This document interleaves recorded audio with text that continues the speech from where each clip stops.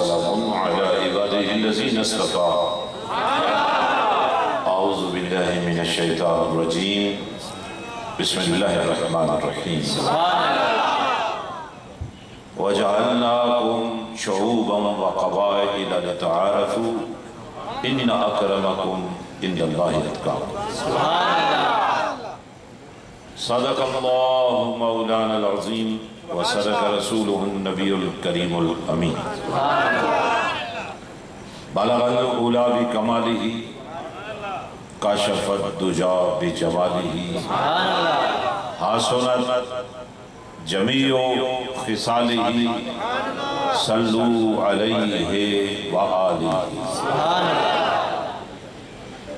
ایتن رب سچے دا حجرہ وچ پا فقیدرہ جھاتی ہوئی نا کر منت خاج فضر دی تیرے اندر آب حیاتی ہو شوق دا دیوا تو بال انہیرے تینو منسی وسط کھڑاتی ہو مرن تو پہلے مر گئے حضرت باہو تائیں رمز پچھاتی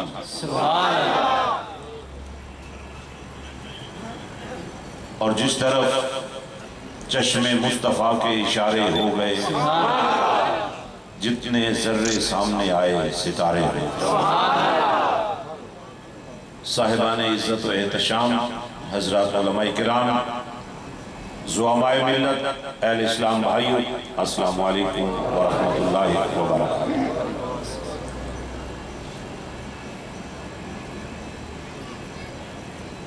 اللہ کی پاک ذات نے اس بات کو پسند کیا جائے کہ مجھے پہچانا جائے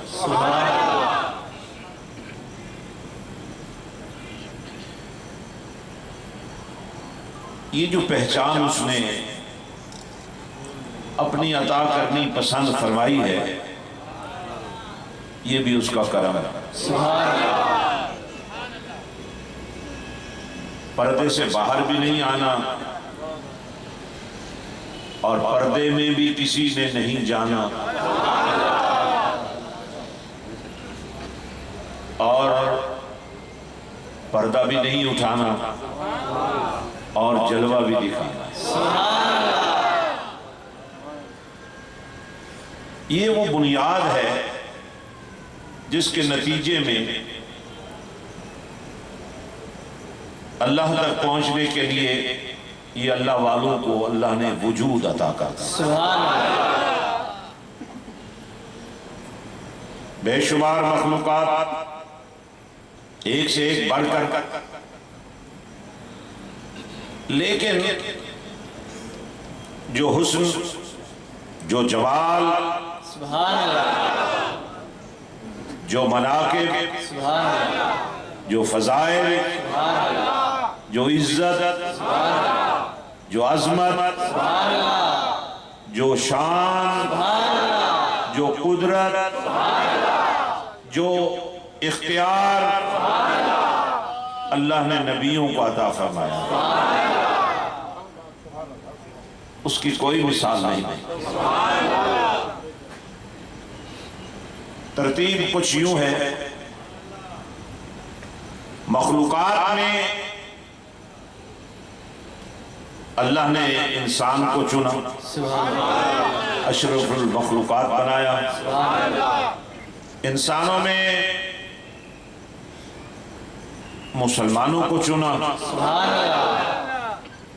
کنتم خیر امہ اور مسلمانوں میں ایمان والوں کو چنا اور جب میں نے ایمان کو جاننا چاہا تو جاننے کے لیے جو کچھ مجھے ماننا پڑا اس کی بھی کیفیت یہ تھی ماننا تو چاہیے اسی کو لیکن اس کو ماننے کے لیے اس کو ماننا چاہیے جس کو ماننے کا حسن خود اس نے عطا کیا ہے حاضرین آپ دیکھ رہے ہیں اس وقت ہمارے اسٹیج پر علماء کرام مشاہیر اہل سنت موجود ہیں، اور اس وقت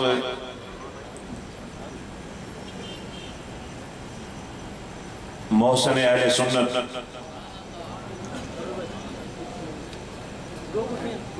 جناب انجینئر سرور اعجاز قادری صاحب اپنی محبتوں کے نعرہ تکبیر، نعرہ رسالت، نعرہ حیدری، نعرہ غوثیہ، نعرہ سلطانیہ، باؤ حق باؤ سچ، باؤ حق باؤ سچ، باؤ حق باؤ سچ، باؤ حق باؤ سچ، باؤ حق باؤ سچ۔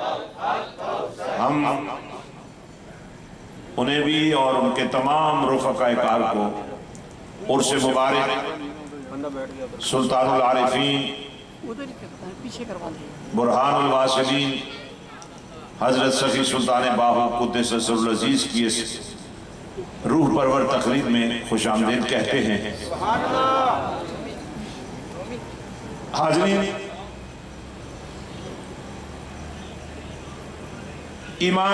میں ایمان کی بات کر رہا تھا اور انتخاب کی بات کر رہا تھا۔ یہ بات اگر ہم سبھی مان لیں، اور اس بات کو مان لینا چاہیے کہ اللہ ہی وہ طاقت ہے، وہ شان ہے جو طاقتیں دیتا ہے، جو شانیں دیتا ہے،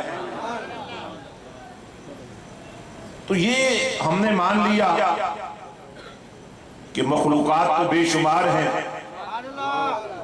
آگ سے بنا ہوا جن بھی ہے جو اپنے آپ کو انسان سے بڑھ کر سمجھتا ہے۔ سمجھنا اور ہے، ہونا اور ہے۔ اسی نشے میں انا خیر منہ کہہ بیٹھا اور قیامت کی صبح تک کے لیے دھتکار دیا گیا، ملعون قرار دے دیا گیا، مردود قرار دے دیا گیا، اور تسلیم و رضا والے نور سے بنے ہوئے فرشتے بھی ہیں جو بظاہر ایسا لگتا ہے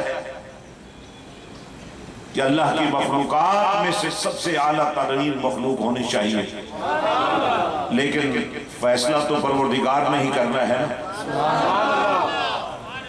اور جب یہ فیصلہ سنایا کہ لقد خلقنا الانسان فی احسن تقویم،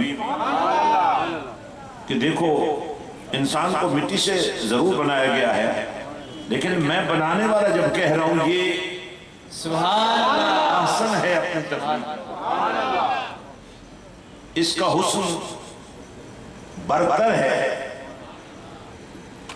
تو کسی کو کیا حق ہے؟ جب میرا ماننے والا ہے تو میری مانے، جو میں کہہ رہا ہوں اس کو مانے۔ میں جو کہہ رہا ہوں انسان اشرف المخلوقات ہے، انسان کی تخلیق احسن ہے، تو میں یس کر رہا تھا یہ اس کا حق ہے، اس کا اختیار ہے، اس کی شان ہے۔ جب ہم یہ مان لیں، اور مان لینا چاہیے کہ اللہ نے انسان کو اشرف المخلوقات بنایا ہے، اگر مخلوقات میں سے انسان اشرف المخلوقات ہو سکتا ہے تو جس کی وجہ سے انسان کو اشرف المخلوقات بنایا ہے اس کا بھی تو مرتبہ ماننا پڑتا ہے۔ یہ جو آپ کے سامنے ہستیاں بیٹھی ہیں جنہوں نے اپنی زندگی کے شب و روز پہلے دین کا علم حاصل کرنے میں لگائے، پھر اس نعمت کو بانٹنے میں زندگیاں گزار رہے ہیں، اور آخری سانس تک نہ مصلی چھوڑتے ہیں، نہ منبر چھوڑتے ہیں، نہ محراب چھوڑتے ہیں، پہرا دے رہے ہیں۔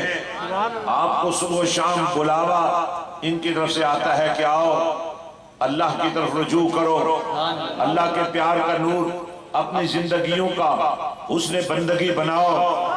یہ کام ہے جو کر رہے ہیں۔ اگر کسی اور وجہ سے ان کی عزت نہ بھی کر سکو تو یہ کوئی چھوٹا سا کام تو نہیں ہے نا۔ کہ 5 وقت یہ آپ پر پہرا دے رہے ہیں، کملی والے کی عزت و ناموس پر پہرا دے رہے ہیں، کملی والے کی اداؤں پر پہرا دے رہے ہیں، مدینے والے کی وفاؤں پر پہرا دے رہے ہیں۔ تو سمجھ میں آتی ہے بات کہ آج یہ چہرے کیوں چمک رہے ہیں، سمجھ میں آتی ہے بات آج ان کے سروں پہ سجی ہوئی دستاریں خوبصورت کیوں لگتی ہیں، سمجھ میں آتی ہے بات کہ ان کے منہ سے نکلی ہوئے الفاظ کیوں کشش رکھتے ہیں۔ اس لیے کہ ان کی صبح میں بھی، ان کی شام میں بھی، ان کے اٹھنے میں بھی، ان کے بیٹھنے میں بھی، زندگی کی آخری سانس تک اس دین کا بیان ہوتا ہے اور اس دین کا شان ہوتا ہے۔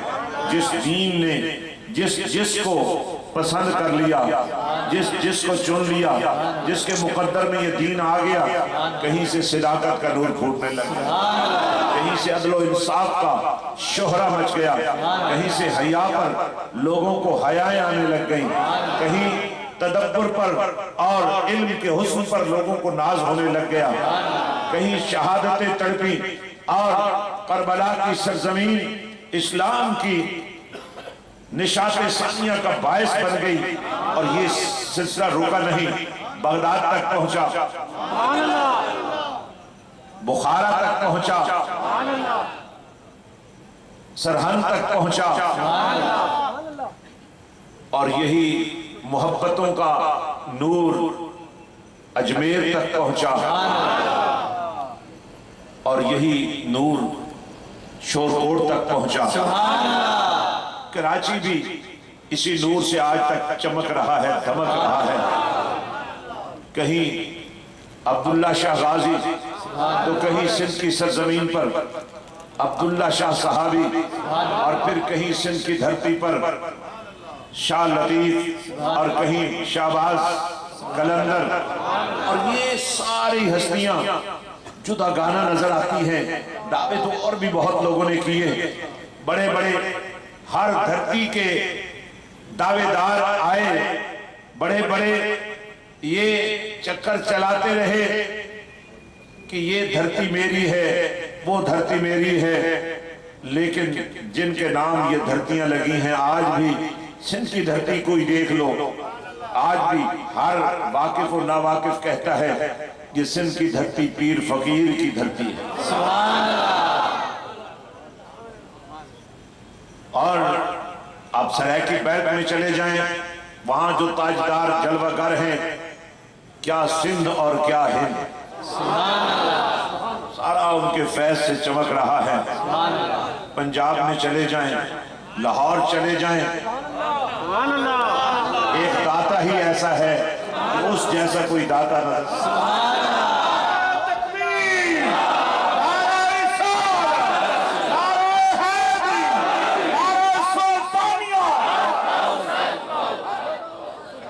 گنج بخش فیض عالم مظہر نور خدا، ناکسارا پیر کامل کاملانہ رہنما۔ جب کسی اور گروہ کے پاس، کسی اور فرقے کے پاس نہ کوئی داتا ہے، نہ کوئی خواجہ ہے، نہ کوئی باہو ہے، نہ کوئی فرید ہے، تو یہ بھی مقدر آپ ہی کا ہے کہ داتا بھی آپ کا ہے، خواجہ بھی آپ کا ہے، باہو بھی آپ کا ہے، فرید بھی آپ کا ہے۔ اور سچ پوچھیں تو میں کہوں گا کملی والا بھی آپ کا ہے، کیونکہ یہ تعریف کرنا بھی تو ہر کسی کے مقدر میں نہیں ہے نا۔ برتن میں جو ہوتا ہے وہی باہر آتا ہے۔ اگر آپ میں سے کسی کو مدینے والے کا نام لینے پر ذوق آتا ہے تو یہ ذوق بھی تو کسی محبت کا نتیجہ ہے۔ تو فخر کیجئے، ناز کیجئے، اور عملی طور پر ہم یہ بات دیکھتے ہیں، قبائل، قومیتیں، زبانیں، برادریاں، یہ منع نہیں ہے، ممانت نہیں ہے۔ وَجَعَلْنَاكُمْ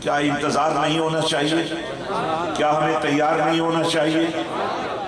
کیا پھر ہمیں زیب دیتا ہے کہ یہ امید بھی رکھیں کہ کملی والا آئے گا اور پھر اپنے آپ کو ان کی آمد اور ان کی آمد پر ان کے استقبال کے لیے تیار نہ کر پائیں؟ دیکھیں میں ایک لمحے کے لیے وہ منظر آپ کو دکھانا چاہتا ہوں۔ ہجرت کی رات جب میرے اور آپ کے پاک نبی صلی اللہ علیہ وسلم نے حیدر قرار کو اپنے بستر پر سلایا، اور یہ اس رات اس بستر پر، چاہے یہ نبی کا بستر ہی کیوں نہ تھا، سونا بھی بڑی ہمت کی بات ہے۔ باہر بندوقیں تلواریں تیار تھی، علی دیکھ رہے تھے، جانتے تھے، لیکن جب کملی والے نے یہ فرما دیا نا پیارے علی صبح یہ امانتیں لوٹا کے آ جانا، تو علی جان گئے کہ یہ تلواریں کچھ نہیں کر سکتی۔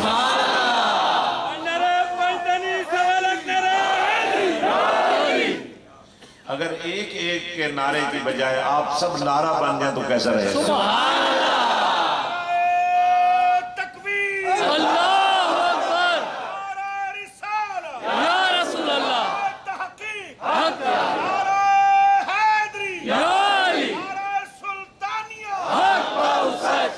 بھائی کرائے کے لوگ بھی کچھ نہ کچھ کام کر جاتے ہیں، آپ تو اصلی والے ہیں۔ بڑی محبت سے یہاں سے لے کر وہاں تک آپ کی آواز ایک اللہ کے نام پر ہو جاتی ہے۔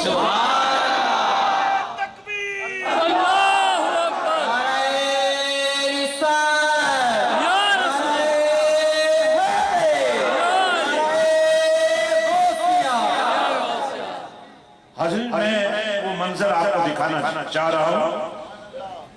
میرے نبی نے جب علی کو سلا دیا، اور ظاہر ہے اگر یہ سب کچھ ان کی سوچ میں نہ بھی آتا تو علی ڈرنے والے تو تھے ہی، کیونکہ جس علی کو ہم مانتے ہیں وہ علی دلیر ہے۔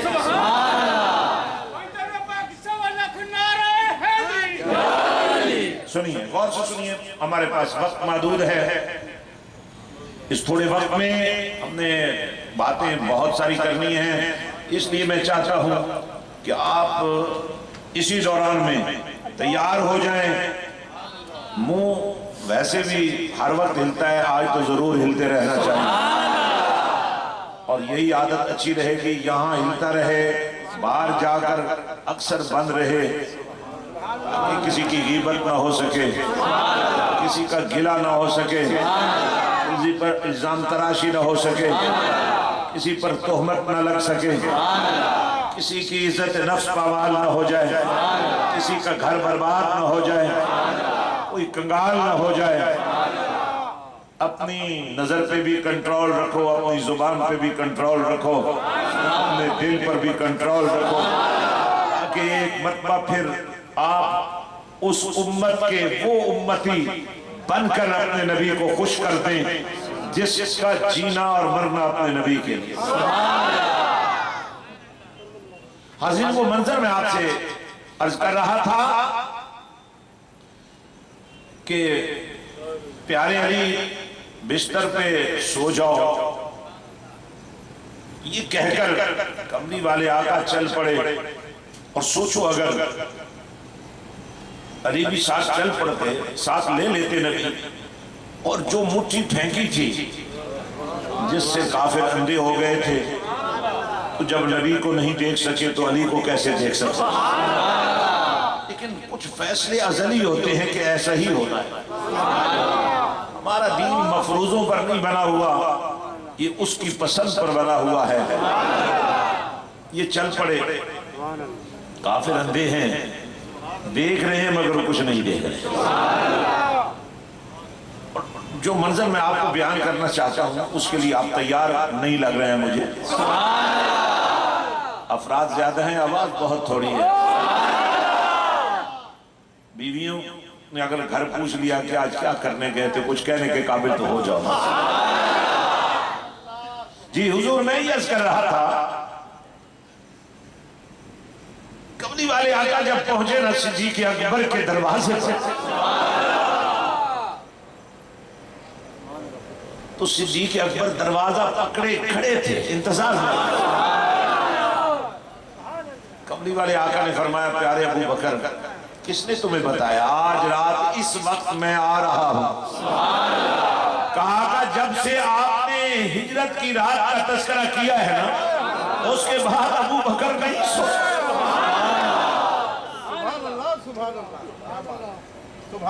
تو یہ کس نے بتایا ابو بکر کو کہ کملی والا تیرے ہی دروازے پر آئے؟ حضرات تو میں یہ عرض کر رہا تھا یہ ذکر اس لیے کیا ہے کہ اب جب یہ بات آپ کے سامنے آئی گئی ہے کہ ابھی زیارت مصطفیٰ صلی اللہ علیہ وسلم کا دروازہ بند نہیں ہوا، کملی والے آقا کے دیدار کا راستہ بند نہیں ہوا، تو پھر یہ ایمان رکھنا ضروری ہو گیا کہ جب کملی والے نے فرما دیا ہے کہ میں خواب میں اگر آ جاؤں تو میں ہی ہوں، تو پھر میں آپ سے ایک سوال کر رہا ہوں. یہ امید بھی رکھ کر کہ کملی والا زیارت کرا رہا ہے، کرائے گا، آپ نماز نہ پڑھیں، ظاہر وضو نہ کریں، جسم پاک نہ رکھیں، تو یہ امید پھر کیا ہے آپ نے جو لگا رکھی؟ تو توبہ اسی بات کا نام ہے کہ اگر بات کی سمجھ آ جائے اس پر پہرا دینا چاہیے. اگر آپ کو میری یہ بات دل کی گواہی، آپ کی دل کی گواہی لگتی ہے تو کم از کم آج کے اس روح پر اور اجتماع میں بیٹھ کر اتنا ارادہ ضرور کر لو کہ نماز نہیں چھوٹے گی، لیکن اتنی محبت سے کہیں کہ آپ کو اپنے کہنے کے ساتھ خود ہی محبت ہو جائے. اچھا اب نماز بھی شروع ہو گئی، جسم پاک ہو گیا، لباس پاک ہو گیا، اب امید یہ لگائی ہوئی ہے کہ آقا تشریف لا رہے ہیں. تو اگر واقعی یہ ایمان ہو گیا ہے کہ زیارت ہونے والی ہے تو کیا یہ چہرہ اس قابل نہیں ہو جانا چاہیے کہ یہ سرکار کو دکھایا جا سکے؟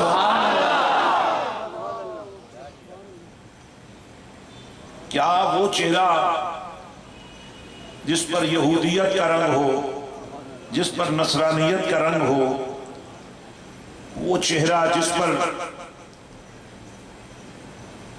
ہندو اور سکھ کا رنگ ہو،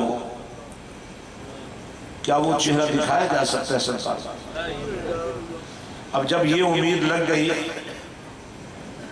پاک صاف بھی ہو گئے، تو اب تھوڑی سی ہمت اور کیجئے گا. میں زبردستی کرنے کا قائل نہیں ہوں، جن کو میری بات کی سمجھ آ گئی ہے وہ آج یہ عہد کر کے جائیں. میں نہیں کہوں گا ہاتھ کھڑے کرو، دل مانتا ہے تو بے شک اظہار کرو کہ آج سے یہ چہرہ بھی نبی کو دکھانے کے لائق کریں گے. حضرات میں آپ کو تھوڑا سا اور آگے لے جانا چاہ رہا ہوں، اور میں نے اس لیے یہ بات ابتدا میں کر دی کہ اب آپ جب تک بیٹھیں گے نا اور جو ارادے لے کر بیٹھیں گے ان کا اجر و ثواب ابھی سے شروع ہو جائے گا، ان کی عظمت کا نور ابھی سے بڑھنا شروع ہو جائے گا. اور پھر میں دعا آج ہم باہو سرکار سے یہ عرض کریں گے، نمازی تو ہم بن گئے ہیں، اب راتوں کو جاگنے کا حسن بھی اللہ سے لے دیجئے. اب راتوں کو اٹھ کر مولا کو منانے کا سلیقہ بھی دے دیجئے، کیونکہ آپ کی والدہ ماجدہ فرماتی ہیں میں تہجد کی نماز کے لیے اٹھی، میں نے دیکھا میرے گھر میں ہر طرف نور پھیلا ہوا ہے. یہ غیبی آواز آئی، اے بی بی راستی تمہیں مبارک ہو، آج جو تمہاری گود میں آنے والا لال ہے اس کا نام بھی آسمانوں پر تجویز کر دیا گیا ہے، باہو، باہو، ہو کے ساتھ، یہ ترجمہ ہے اس کا۔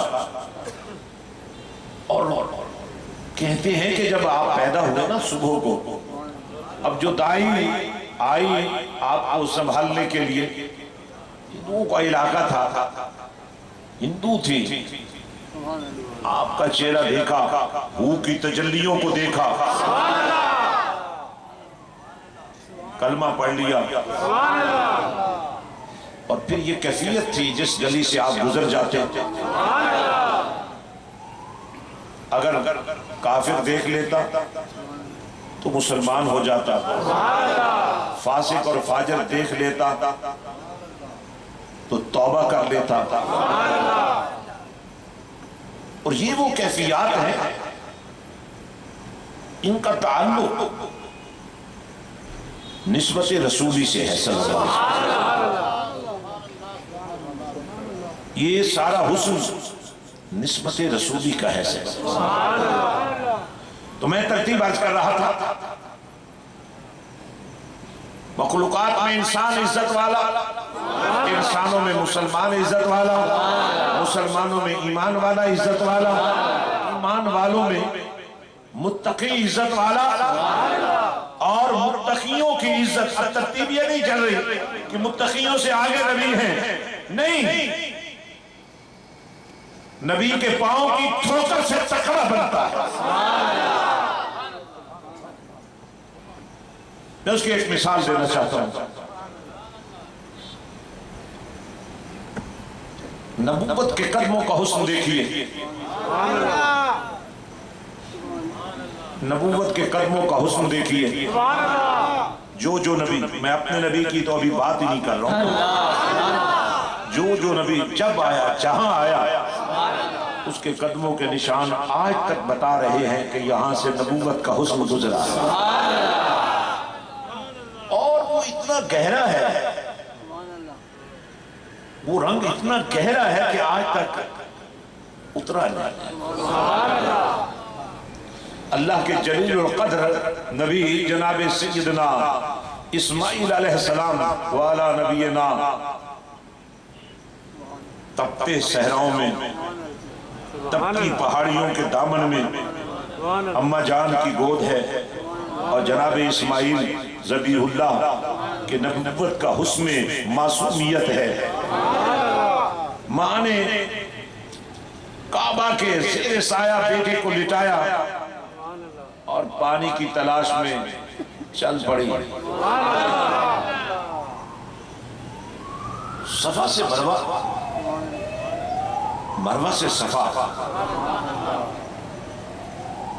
یہ بات سمجھ میں آتی ہے کہ اگر صرف پانی کی تلاش ہوتی نا، صفا وہی پہاڑی ہے جہاں گئی تھی، مروہ وہی پہاڑی ہے جہاں گئی تھی، جب ایک دفعہ نہیں ملا تو دوسری دفعہ کہاں سے ملے گا؟ لیکن سیدہ ہاجرہ 7 چکر لگاتی ہیں،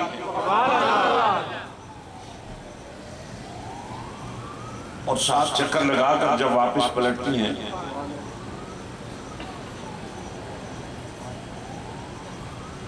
تو مایوس نہیں ہے، کیونکہ آپ جانتی تھی یہ 7 چکر کیوں ضروری ہے، تاکہ قیامت کی صبح تک کے آنے والوں کو رب کو منانے کا سلیقہ ہے۔ ان صفا والمروہ من شعائر اللہ، ان پہاڑیوں کی کیا مجال تھی، یہ پانی نہ پیش کرتی، لیکن منشاء پروردگار یہ تھا یہاں میری بندی کے قدم لگیں تاکہ میں لوگوں کو بتاؤں کہ میری بندی کے قدموں کے نشانوں کو اللہ کی نشانی سمجھا کرتا۔ اب اماں جان پانی کے بغیر واپس آ رہی ہیں، ادھر نبی دیکھ رہا ہے، پانی کے بغیر آ رہی ہیں، خیال کیا، خیال بھی نبی کا خیال نہیں ہوتا، خیال فرمایا کہ اماں جان پانی تو نہیں لا رہی ہیں، تو کیوں نہ میں ہی پانی کا گفٹ ان کو بھیج دوں۔ سعادت مندی تو یہی ہے نا کہ اولاد ماں باپ کی حسرتوں کو پورا کرے۔ یہ بھی ایک پورا مضمون ہے۔ خیال فرمایا نبی نے کہ چلیے آج دیکھتے ہیں اماں جان آئے نا تو پانی کے ڈھیر لگے۔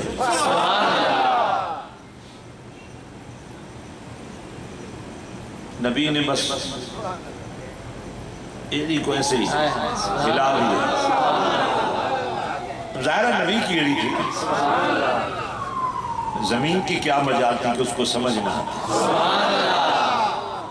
لیکن زمین سے بننے والا، مٹی سے بننے والا انسان جس کی ہدایت کا سامان ہی نبوت کے قدموں میں،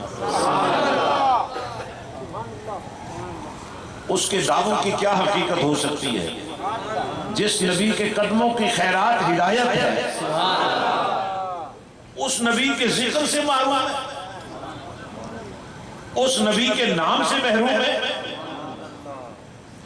آپ کہیں گے یہ کیسے ہو سکتا ہے جی، کلمہ بھی پڑھتا ہے اور محروم ہے۔ حضرت سلطان باہو فرماتے ہیں زبانی کلمہ ہر کوئی آتا، جہاں ایمان والوں کے تعارف میں ایک آیت ہوتی ہے، 2 آیتیں ہوتی ہیں، 4 آیتیں ہوتی ہیں، وہاں نفاق والوں کی مذمت میں آیتوں کی ایک لمبی فہرست ہے۔ اور میں اکثر ایک بات دوستوں سے کہتا ہوں، جس دین کا مزاج یہ ہو کہ حالت جنگ میں، توجہ نہیں آپ کی، حالت جنگ میں اگر کوئی بوڑھا سامنے آ جائے اس پر ہتھیار اٹھانے کی اجازت ہے، اگر کوئی بچہ سامنے آ جائے اس کو قتل کرنے کی اجازت ہے، کوئی عورت سامنے آ جائے اس کو قتل کرنے کی اجازت۔ بیٹھ رہو بچے، بیٹھ جاؤ۔ سبحان اللہ۔ جس دین کا مزاج یہ ہو، کوئی جوان سال بھی اگر لڑتے لڑتے ہتھیار پھینک دے، ہاتھ کھڑے کر دے، سفید جھنڈا لہرا دے، اس کو تم قتل نہیں کر سکتے۔ یہ کیا اسلام ہے؟ نہ بوڑھے کو چھوڑو، نہ جوان کو چھوڑو، نہ عورت کو معاف کرو، نہ بچوں کو معاف کرو۔ جو اسلام دوسرے مذاہب کی عبادت گاہوں کی عزت کی تلقین کرتا ہے، اس دین کے ماننے والے مسجدوں کو بلاس کر رہے ہیں۔ یہ بات سمجھ میں نہیں آتی، اور آپ بھی بڑے نادان ہیں۔ ہاں جی امریکہ نے یہ کر دیا، بھائی امریکہ نے کیا تو امریکہ کو بلاس کرو۔ یہ مسجد امریکہ ہے؟ یہ بوڑھا ضعیف آدمی، عزت دار آدمی، یہ امریکہ ہے؟ خدا کے بندو سوچو تو صحیح، اتنا نہ داغدار کرو اپنے دین کو کہ لوگوں کو مسلمان کہلانے میں دشواری نظر آنے لگ جائے۔ پوچھو یورپ میں رہنے والے مسلمانوں کو، پوچھو مغرب میں رہنے والے مسلمانوں کو ان حرکتوں کی وجہ سے کتنی بڑی سزا بھگتنی پڑ رہی ہے۔ تو میں یہ عرض کر رہا تھا، ہمیں اس بات پر فخر ہے، اس بات پر ناز ہے، ہم قتل ہو جانا پسند کرتے ہیں، لیکن ناحق کسی کو قتل کرنے کی اجازت دیتے بھی نہیں، اور کسی کو یہ جرأت ہونے کی طاقت بھی نہیں دیتے۔ پوچھیں سرور بھائی سے، اس 4-5 دن میں کتنی لاشیں انہوں نے اٹھائی؟